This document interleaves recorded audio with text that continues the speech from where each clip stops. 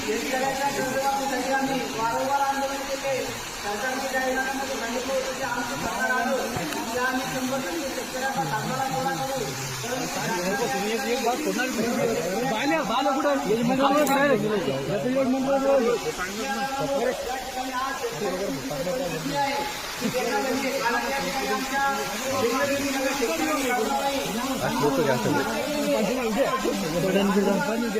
अच्छा पाणी आपल्या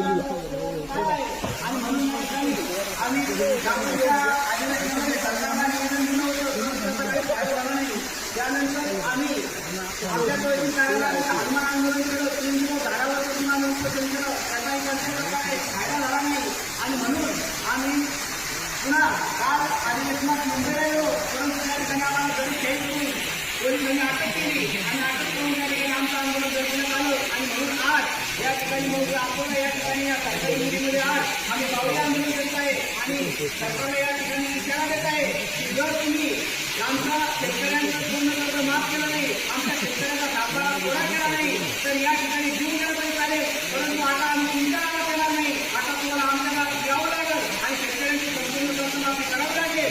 जय जवान, जय किसान, जय किसान. कोण म्हणतं देत नाही, कोण म्हणतं देत नाही.